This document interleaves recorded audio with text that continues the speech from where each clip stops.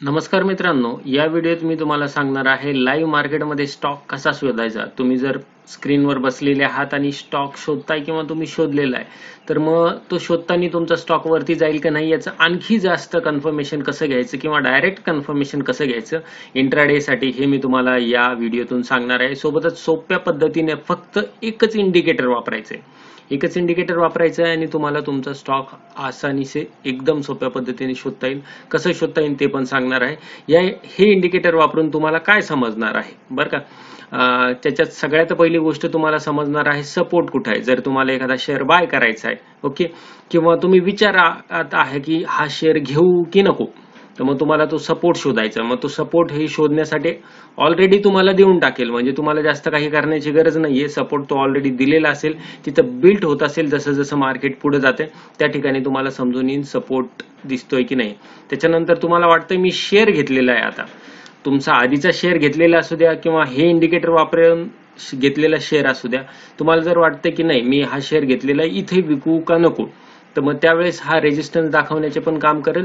त्याच्यामुळे तुम्हाला हे समजेल की आता शेअर विकायला पाहिजे की होल्ड करायला पाहिजे। आणखी एक गोष्ट की तुम्हाला बाय ऑपॉर्च्युनिटी, म्हणजे तुम्हाला या दोघातलं काहीच केलेलं नाहीये तुम्ही, म्हणजे एखादा शेअर आधीपासून विकत घेतलेलं नाहीये आणि सेल पण नाहीये, म्हणजे तुम्ही सध्या पोझिशन नाहीये आपल्याकडे कुठल्या, तर मग त्या कंडिशनला बाय ऑपॉर्च्युनिटी कुठे तयार होते। ओके, आता हे जे इंडिकेटर आहे ना, हे इंडिकेटर काम करतं इंट्राडे साठी पण, हे इंडिकेटर काम करतं स्विंग ट्रेडिंग साठी पण स्विंग ट्रेडिंग साठीचा याचा जो पिरियड आहे तो 2 ते 3च दिवसाचा आहे। बऱ्याच वेळेस स्विंग ट्रेडिंग जी आहे ना ती 3 दिवसाच्या वरती असते आणि जोपर्यंत आपल्याला 5 ते 7% प्रॉफिट येत नाही तोपर्यंत ती चालत असते, एक मॅनेज्ड स्टॉप लॉस लावून।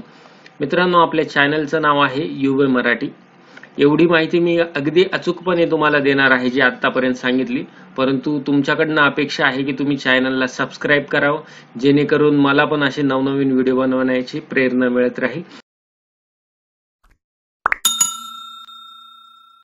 सोबतच तुमच्यासाठी मोफत डीमॅट अकाउंट आणलेलं आहे, जे काढल्यानंतर तुम्हाला माझ्याकडनं technical analysis course, option trading course अगदी अगदी मोफत मिळणार आहे।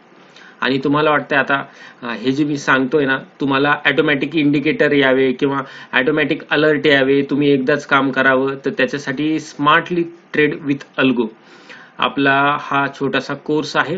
अगदी 2 ते 2.5 तासाचा आहे, ज्याच्यात स्ट्रॅटेजी समजून सांगितलेलं आहे, ज्याच्यात तुम्हाला सॉफ्टवेअर अगदी मोफत मिळणार आहे आणि तुम्हाला ते वापरायचं कसं हे मी तुम्हाला यातून शिकवणार आहे। तर याची लिंक पण डिस्क्रिप्शन बॉक्स मध्ये आहे। हा कोर्स घेतल्यानंतर तुम्हाला हा कोर्स जवळपास 12 तासाच्या आत तुमच्या जीमेल वर बघायला मिळेल। त्याच्यामुळं परचेसिंग करताना फक्त जीमेलचाच वापर करावा ही विनंती। चला वळूया मेन व्हिडिओकडे। आता या ठिकाणी आलेलो आहे मी चार्ट वर। या ठिकाणी बघू शकता कोटक बँकचा चार्ट आहे। गरजेचं नाही कोटक बँकचाच असायला पाहिजे, आणि ही टाइम फ्रेम जी आहे सध्या ही बघा, या ठिकाणी 1 डे ची टाइम फ्रेम आहे। याला थोडस झूम करतो। आता मी सगळ्यांचा आवडता आपला एसबीआय टाकून देऊ, SBIN आला, ओके। SBIN वर आपण क्लिक केलं, अरे हे बघा 1 डे ला किती SBIN खाली पडले। सरकारी कंपनी ना, बरोबर, सरकारच्या सपोर्टवर चालते, जसं मार्केट फ्लो होईल तसं मार्केट, तशी ही कंपनी चालते। आता आपल्याला काय बघायचंय की 1 डे ची टाइम फ्रेम आहे। जर तुम्ही इंट्राडे करत असाल तर तुम्हाला टाइम फ्रेम घ्यायचे 15 मिनिटं, 30 मिनिटं किंवा जास्तीत जास्त 1 तास, जर तुम्ही इंट्राडे करत असाल तर, बरं का। आता समजून घ्या मी इंट्राडे करतोय किंवा मला इंट्राडे करायचंच आहे, तर मी 15 मिनिटाची टाइम फ्रेम घेणार, ओके। 15 मिनिटाची टाइम फ्रेम घेतल्यानंतर माझ्या समोर मी काय करणार, स्टडीज मध्ये जाणार, जिथे FX दिसतं, आणि तिथे मी टाईप करणार, हे बघा, आधी जर टाईप नसतं केलं तर एवढं सगळं येतं, त्या ठिकाणी टाईप करणार मी पिवोट पॉइंट्स। पिवोट पॉइंट वर क्लिक करणार आहे। पिवोट पॉइंट क्लिक केल्यानंतर मी पुन्हा एकदा तिथेच जाणार आणि माझे जे पिवोट पॉइंट आहे ना त्याच्यावर क्लिक करणार। हे बघा, इथे काय दिसतंय, रेजिस्टन्स। रेजिस्टन्स जेवढे पण रेजिस्टन्स आहे, रेजिस्टन्स 1, रेजिस्टन्स 2, रेजिस्टन्स 3, हे जवळपास रेड कलरच्या शेड मध्ये, हा घट्ट लाल आहे, थोडा पिंकिश आहे, आणि हा एकदम फेंट आहे, ओके। आणि सपोर्ट जे आहे ते हिरवा, डार्क हिरवा, थोडा हिरवा, त्याच्यानंतर फेंट हिरवा, ओके, असं तुम्हाला दिसतंय। आणि सगळ्यात मधली जी लाईन दिसते ती तुम्हाला दिसते व्हाईट कलरनी, जो तुमचा आहे पिवोट पॉइंट, जो तुमचा आहे पिवोट पॉइंट, आणि तो पिवोट पॉइंटच आपला मेन बाईंग झोन आहे. आता समजा एखादा शेअर आहे, आता हा शेअर आहे, हा याच्या पिवोट पॉइंटच्या वरती आहे, हाच एसबीआयचा आहे, आणि याचा आपण 15 मिनिटाची टाइम फ्रेम म्हणजे हा 6 तारखेचा 6/6 ते 6/7, हे बघा पिवोट पॉइंटच्या वरती आहे. इथे याने रेजिस्टन्स तोडला, वरती गेला, रेजिस्टन्स तोडल्यानंतर हे बघा इथून पुन्हा तो इथे रेजिस्टन्स आहे ना, मग आता तुम्ही म्हणाल सर याच्या आधीच खाली यायला पाहिजे, तर असं होत नाही, थोडा जास्त इथे प्ले करतो आणि तिथून खाली येतो, पण हा स्ट्रॉंग त्याचा रेजिस्टन्स झोन असतो, तिथून खाली आला. मग खाली आल्यावर दुसऱ्या दिवशी कुठं आला, दुसऱ्या दिवशी आला पिवोट पॉइंटच्या वरती. पिवोट पॉइंटच्या वरतीच तुम्हाला बाईंग करायची आहे. ठीक आहे.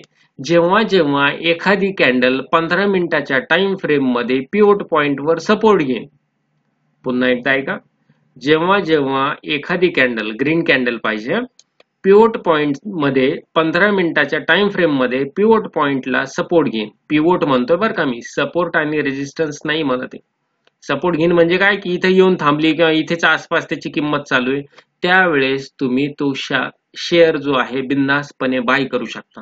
ओके, तो शेअर बाय करायचा, आणि तुमचा स्टॉप लॉस काय पाहिजे, आधीची जी कॅन्डल असेल तिचा जो लो असेल, आता या ठिकाणी तुम्ही जर बघत असाल तर या ठिकाणी एकदम बाईंग कंडिशन बनलेली आहे, परंतु या ठिकाणी बाय नाही करायचं आहे तुम्हाला, कारण की इथे पिवोटला त्याने काय केलेलं आहे, पिवोटला सपोर्ट घेतलेला आहे, परंतु सपोर्ट कन्फर्म झालाय का आपल्याला, नाही झालाय, तो होतो दुसऱ्या हिरव्या कॅन्डलला, मग त्या ठिकाणी तुम्हाला बाय करायचं. मग त्या ठिकाणी बाय केल्यावर काय करायचं की पुढचा त्याच्या आधीची जी कॅन्डल आहे, हे बघा त्याच्या आधीची जी कॅन्डल आहे याचा तुम्हाला लावायचा आहे स्टॉप लॉस. म्हणजे इथे बाय कितीला केला, 817, इथे कोपऱ्यावर बघू शकता उजव्या साईडला ती किंमत येते, 817 ला बाय केला तुम्ही, आणि जवळपास 813 हा तुमचा काय झाला, स्टॉप लॉस झाला. ओके, म्हणजे 817 ते 813 किती आहे, 5. ओके, 5.5 रुपये. परंतु हा जर तुम्ही बाय केला, तुम्हाला ऑलमोस्ट 1:2 तर रेशो पाहिजे, आणि 1:2 रेशो बघा या ठिकाणी 17 वरनं जो कितीवर गेलेला आहे, 26-29 वर पर्यंत गेलेला. समजून घ्या तुम्ही 29 नाही 26 वर जरी विकला तरी तुम्हाला 17 ते 26 आरामशीर 10 रुपये भेटले. आता तुम्ही म्हणाल विकायचं कधी, कसं समजणार, विकायचं कधी, जर तुमचं टार्गेट 1:2 अचीव्ह झालं तर बिंदास विकून टाका, आणि जर नाही अचीव्ह झालं तर बघा की लगेच रेजिस्टन्स कुठे आहे. ओके, या पिवोट पॉइंटच्या वरती सगळ्यात पहिला रेजिस्टन्स, रेजिस्टन्स 2, आणि त्याच्यावरती रेजिस्टन्स 3 आहे. ओके, तर आता पिवोट पॉइंटच्या वरती रेजिस्टन्स पर्यंत तो आलेलाच नाहीये, मग तुम्ही 835 पर्यंत याला होल्ड करू शकता, बरोबर ना. आता उद्याच्या याच्यावर डिपेंड राहील, 15 मिनिटाच्या टाइम फ्रेम मध्ये असं झालेलं दिसलं तुम्हाला की तिथे तुम्ही बाय करू शकता. ओके, आता हे तर झालं बाईंग साठी, बरोबर ना. आता तुम्ही म्हणाल की एखाद दिवशी मार्केट पडतंय, हे बाईंग कशासाठी असतं, जेव्हा मार्केट चढत असणार त्यासाठी हे असणार, बरोबर ना. समजतंय ना इथपर्यंत, इथपर्यंत जर समजत असेल किंवा इथपर्यंत समजलं असेल तर कमेंट बॉक्स मध्ये सपोर्ट आणि रेजिस्टन्स काय टाकायचं, सपोर्ट अँड रेजिस्टन्स असं कमेंट बॉक्स मध्ये टाईप करा, किंवा पिवोट पॉइंट टाईप करा, काही अडचण नाही, जेणेकरून मला समजेल की मी जे सांगतोय ते तुमच्यापर्यंत पोहोचलेलं आहे. आता हे आपण स्ट्रॅटेजी कधी वापरू शकतो, ही स्ट्रॅटेजी वापरू शकतो जेव्हा जेव्हा बाईंग येते तेव्हा, बरोबर ना, किंवा मार्केट वरती असतं तेव्हा. तुमच्या मनात असेल की आता मार्केट खाली आहे किंवा सगळे शेअर पडतायत, मला असा शेअर मिळतच नाही जो की पिवोट पॉइंटच्या वरती, आणि बऱ्याचदा असं होतं पण, बरोबर. मग त्यावेळेस काय करायचं, दुसरा शेअर घेऊन सांगतो. आता बरं याचं कन्फर्मेशन कसं घ्यायचं, हा बाईंगच बरं का, दुसऱ्या शेअरला आपण शॉर्ट सेलिंगला गेलेलं नाहीये. हे बघा, कन्फर्मेशन घेण्यासाठी इथे पिवोट पॉइंट आहे पांढऱ्या कलर मध्ये, याच्यावरती शेअर इथे सपोर्ट आला, इथे विकत घ्या. आणखी कुठे, हे बघा इथे नाही, पिवोट पॉइंट याचा खूप वरती, इथे विकत घेता नाही येणार.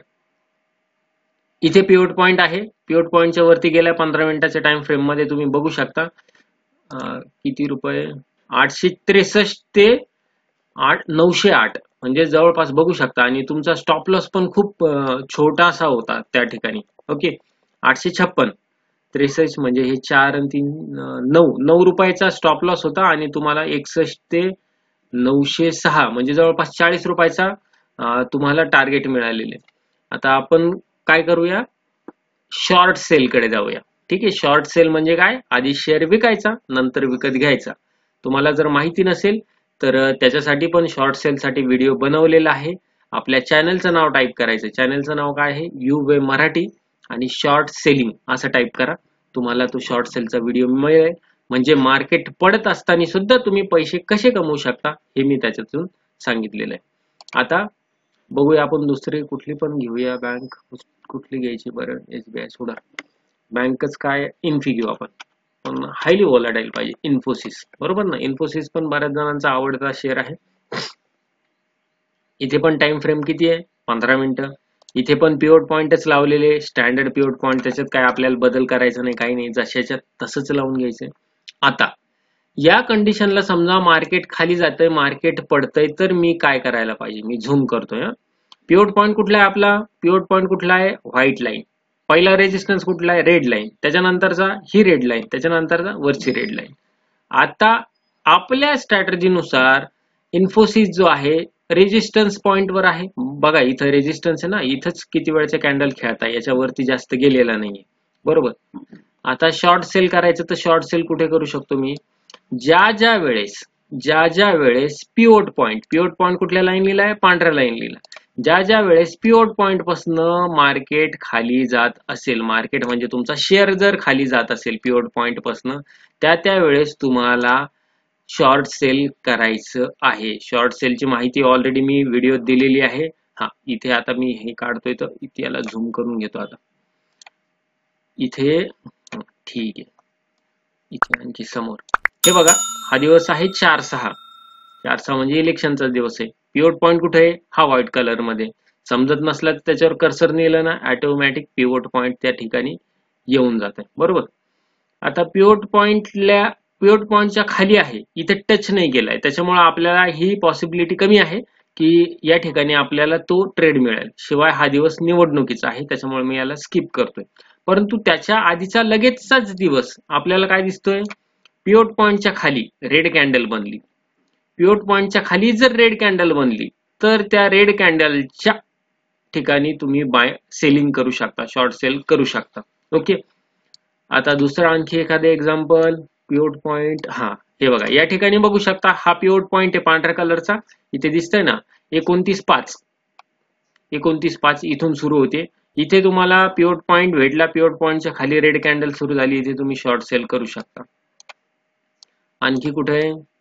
आणखी पिवट पॉइंट कुठे दिसतोय का? हा हे बघा, या ठिकाणी पिवट पॉइंट इथे, या ठिकाणी तुम्हाला चांगली संधी आहे की इथे शॉर्ट सेल करून घेऊ शकता. पुन्हा मार्केट वरती चढला, आपल्याला वाटलं पिवट पॉइंटच्या वरती जाईल आणि स्टॉक बुलिश होईल, किंवा साइडवेज असू द्या, अप ट्रेंड असू द्या, डाऊन ट्रेंड असू द्या, पिवट पॉइंट जो आहे तो तुम्हाला उत्तम इंडिकेशन करतो की कुठे घ्यायला पाहिजे आणि कुठे सेल करायला पाहिजे. तर या ठिकाणी रेड कॅन्डल बनली, पुन्हा या ठिकाणी तुम्ही शॉर्ट सेल करू शकत होता. रेड कॅन्डल कितीला बनली होती बघा? बनली होती 1425 ला, आणि टार्गेट किती झालं? 1418 रुपये, म्हणजे जवळपास 1425. ओके, ते 1418, 8-9 म्हणजे 7 रुपयाचा या ठिकाणी तुम्हाला फायदा झालेला आहे. तर अशा प्रकारे पिवट पॉइंट काम करतात. ओके, आणि अतिशय उत्तम प्रकारे काम करतात. सोबतच मित्रांनो, तुम्हाला जर ऑटोमॅटिक ट्रेडिंग शिकायची, अल्गो ट्रेडिंग शिकायची असेल तर लिंक डिस्क्रिप्शन बॉक्स मध्ये दिलेली आहे. अल्गो ट्रेडिंग अतिशय सोपी असते, म्हणजे तुम्हाला जास्त काही करावं लागत नाही. स्क्रीन कंटिन्युअसली बघायची गरज नाहीये. बाईंग पॉइंट आला का लगेच अलर्ट येतो, बायचं बटन दाबायचं. सेलिंग पॉइंट आला की लगेच अलर्ट येतो, सेलचं बटन दाबायचं. बाय सेल ऑटोमॅटिकली तिथे होत राहील. इंडिकेशन पण रिअल टाइम लाईव्ह अलर्ट आपल्याला येता येईल. अशा प्रकारे हे सॉफ्टवेअर आहे, त्याची लिंक डिस्क्रिप्शन बॉक्स मध्ये दिली आहे. मित्रांनो, व्हिडिओ कसा वाटला? व्हिडिओ जर आवडला असेल, चांगला वाटला असेल, तर एक छानशी कमेंट मला तुमच्याकडून कमेंट बॉक्स मध्ये पाहिजे. सोबतच तुमच्या मित्रासोबत सुद्धा शेअर करा, ज्याला शेअर मार्केटमध्ये इंट्राडे शेअर शोधण्यात खूप जास्त अडचणी. धन्यवाद.